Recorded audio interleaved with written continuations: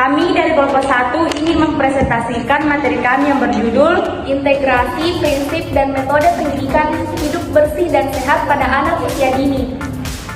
Alhamdulillahirabbil alamin wassalatu wassalam ala asyrofil anbiya'i wal mursalin sayyidina Muhammad wa ala alihi wa sahbihi ajmain, amma ba'd.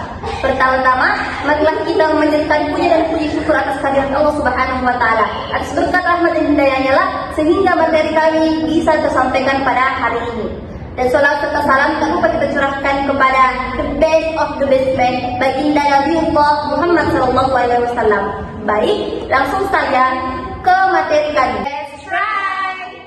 Nah, integrasi, prinsip, dan metode PHBS pada anak usia dini. Kita melihat dulu dari integrasi dan prinsipnya. Nah, sebagaimana PHBS merupakan gerakan yang dirancang oleh Kemenkes dengan tujuan untuk menjaga kesehatan diri sekaligus kesehatan kepada lingkungan sekitar. Nah, sebagaimana integrasi atau PHBS itu sangat penting untuk anak usia dini. Mengapa sih demikian? Dengan adanya integrasi, prinsip maupun metode yang kita ambil ini dapat membantu anak usia dini ini agar mengaplikasikan PHBS dengan baik.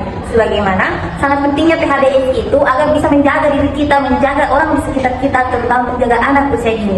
Nah, adapun prinsipnya yang menjadi prinsip susunan untuk anak usia dini, untuk kita kepada anak usia dini bisa mengaplikasikan PHBS atau pendidikan hidup bersih dan sehat kepada anak usia dini ini. Sebagaimana apabila anak usia dini ini hidup dengan lingkungan yang sehat maupun dalam ruang lingkup yang sehat, maka akan berdampak kepada kita. Sebagaimana kita adalah penopang atau pedoman anak usia dini ini bisa terjamin hidupnya agar hidupnya itu bisa sehat. Nah, adapun prinsip-prinsip PHBS kepada anak usia dini. Prinsip utama PHBS pada anak usia dini ini adalah untuk menjaga kesehatan diri anak usia dini ini, baik kehidupannya maupun di lingkungan sekitarnya. Nah, tentunya untuk menjaga anak usia dini ini dari virus, bakteri, dan lain sebagainya. Jadi, dengan adanya prinsip ini, anak usia dini ini bisa terjaga kesehatannya. Adapun prinsip lain selain prinsip utama, yakni yang pertama terpadu yang tersusun mulai dari penyelenggaraan, perencanaan,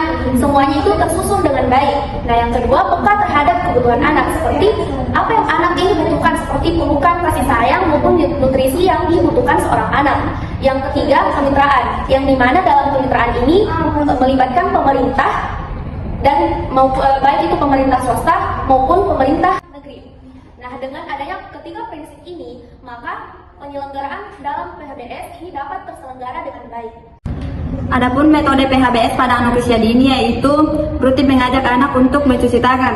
Salah satu upaya yang penting untuk mengajarkan kebersihan dan kesehatan pada anak usia dini yaitu mencuci tangan.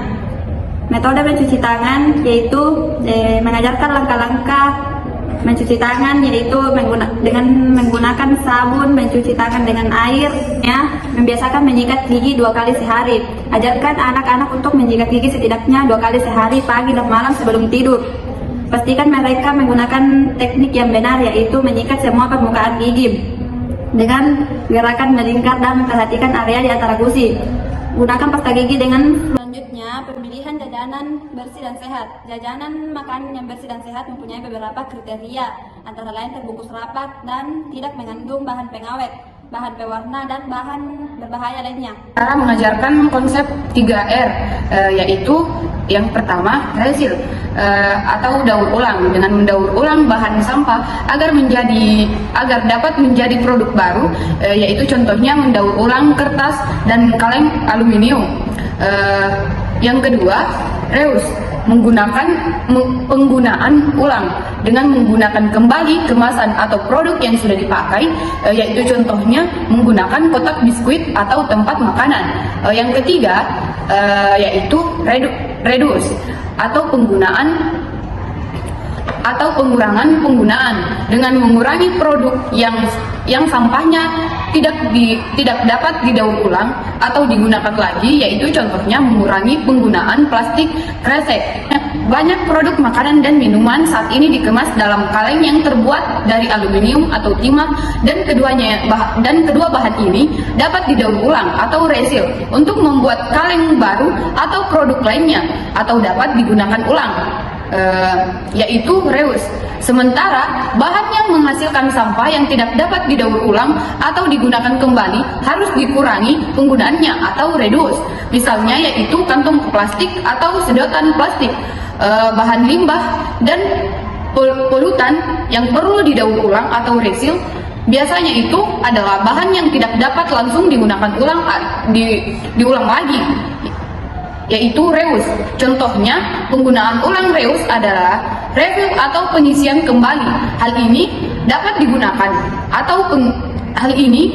digunakan pada wadah yang dapat dibersihkan dan digunakan untuk fungsi lainnya karena masih awet. Misalnya, menggunakan botol minuman ringan untuk botol air minum agar plastik botol tersebut tidak menyebabkan pencemaran lingkungan. Perilaku membuang sampah pada tempatnya. Di sini tempat sampah merupakan salah satu perilaku yang berkaitan dengan disiplinnya anak usia dini. Di mana di sini kita harus mengajarkan anak usia dini untuk membuang sampah pada tempatnya, sehingga membuat lingkungan tersebut menjadi bersih dan sehat. Selanjutnya, jamban yang sehat. Bagaimana sih cara mengaplikasikan supaya jamban itu sehat? Yang pertama, rutin membersihkan jamban dan pastikan tidak ada kotoran yang tersangkut di jamban dan selalu menyiram jamban atau lantai-lantai dasarnya. Dan beberapa manfaat bagi kita membuang air besar atau kecil dari jamban yang sehat, yakni lingkungan kita menjadi bersih, sehat dan tidak berbau, tidak mencemari sumber air yang ada di sekitar lingkungan kita. Selanjutnya, pemberantasan jentik nyamuk.